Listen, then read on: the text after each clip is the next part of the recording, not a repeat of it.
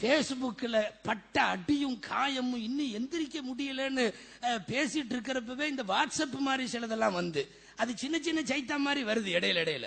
அதுல இவனுங்க பண்ற அலிம்பும். இதுல பொல்லாத ஒரு பட்டன் ஒண்ணு இருக்குதுங்க, ஷேர்னு ஒரு பட்டன்.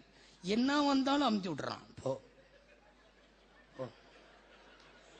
100 பேத்துக்கு அனுப்புறான், 1000 பேத்துக்கு அனுப்புறான். சில பேர் அது பெருமையோடு சொல்றான். இன்னைக்கு ஒரு அம்தனை என் மூலியமா 1000 பேத்துக்கு போயிருச்சு. அதுல எவனை பத்தியாவது தெரியாத செய்தியா இருக்கும், பூரா தெரியாத செய்தி, ஆதாரமே இருக்காது. எவன் அனுப்புனாலும் ஷேர் உடனே அனுப்பிச்சு விட்டுற வேண்டியது, சென்ட் பண்ணி விட்டுருவோம், அது போயிடும். அது அப்படியே துனியா பூரா போயிட்டு இருக்கு. உண்மையே இல்லாத ஏராளமான செய்தி. அடையாறுல சென்னையில ஜும்மாவில் சொன்னேன், ஏடிஎம்ல போய் நீங்க கார்டை போட்ட உடனே ஏதாவது யாராவது கொலை செய்ய வந்தா புடுங்க வந்தா உங்களுடைய அந்த ஐடென்டி நம்பர் இருக்குமல்ல, ரகசிய எண், அதை திருப்பி போட்டீங்கன்னா போலீஸ் வந்துடும். எல்லாம் அனுப்பிச்சு விடுறானுங்க. இது எப்போ உன்ட்ட போலீஸ் சொல்லுச்சு? இல்ல அப்படி ஏதாவது காவல்துறை சொல்லியிருக்கா? நீ நம்பர் அப்படி போட்டு யாராவது இதுவரை வந்திருக்காங்களா? எவனுக்காவது பின்னாடி உள்ள நம்பரும் ஒரே மாதிரி இருந்துச்சுன்னா என்ன பண்றது? ஏங்க 3223 ஒருத்தருக்கு பின்கோடு, ஏடிஎம் உடைய கோடு நம்பர் 3223.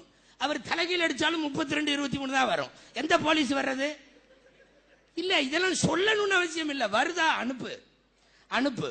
பொல்லாத பயலுவோ மாசத்துல 4 தடவையாவது அந்த மக்கா இமாம் சுதேசியை மௌத்தாக்கிறானோ. ஆமா, அடிக்கடி அவர் மௌத்தா போறாருங்க. அன்பிற்குரியவர்களே, மக்காவின் தலைமை இமாம் அப்துல் ரஹ்மான் சுதேசி அவர்கள் அகால மரணம் அடைய அன்னைக்கு மகரிப் அவர் தான் தொழ வைக்கிறார். உங்களுக்கு தெரியுமா, திருப்பூருக்கு பக்கத்துல ஜியாரத்து பாத்தியா ஓதிட்டானுவோம். ஆமா, என்னன்னா வாட்ஸ்அப்ல செய்தி வந்திருக்கு, மக்கா இமாம் சுதேசி இன்னா லில்லாஹி வ இன்னா இலைஹி ராஜிஊன் வந்த உடனே யாசீன் வல் குர்ஆன் ஹக்கீம் நாங்க உட்கார்ந்து ஈசால் தவாபெல்லாம் முடிச்சிட்டானுங்க. அடுத்த ஜும்மால அவர் தான் அங்க நிக்கிறாரு கம்பீரமா.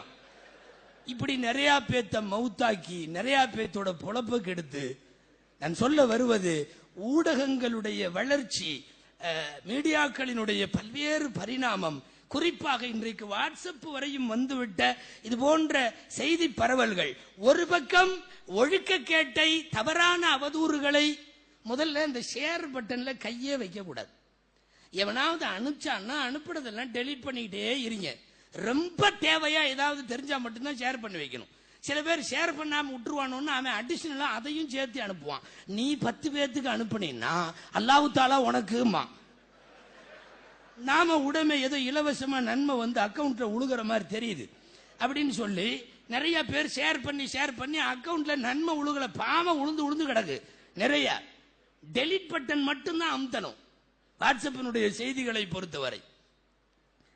குர்ஆன் சொல்லுது, இன்ஜாக்கும் பாசுக்கும் பினபையின் ஃபதபையனு அன் துஸீபு கௌமம் பிஜஹாலா. யாராவது ஒரு பாவி உங்களிடத்தில் ஒரு செய்தியை சொன்னால் செய்தியின் நம்பகத்தன்மை குறித்து தெரிந்து கொள்ளாமலேயே நீங்கள் கை வைத்து விட வேண்டாம். இது குர்ஆன் ரொம்ப தெளிவாக இருக்கிறது. வாட்ஸ்அப் எல்லாம் வந்தா எப்படி அனுப்புவோன்னு அல்லாஹ்வுக்கு தெரியும். செய்தி உறுதி என்று தெரிவதற்கு முன்னால் அதை ஷேர் செய்ய வேண்டாம். சரி, அப்படி செஞ்சுட்டா என்ன ஆகும்? ஃபதுஸ்பிஹு அலா மா ஃபஅல்தும் நாதிமீன்.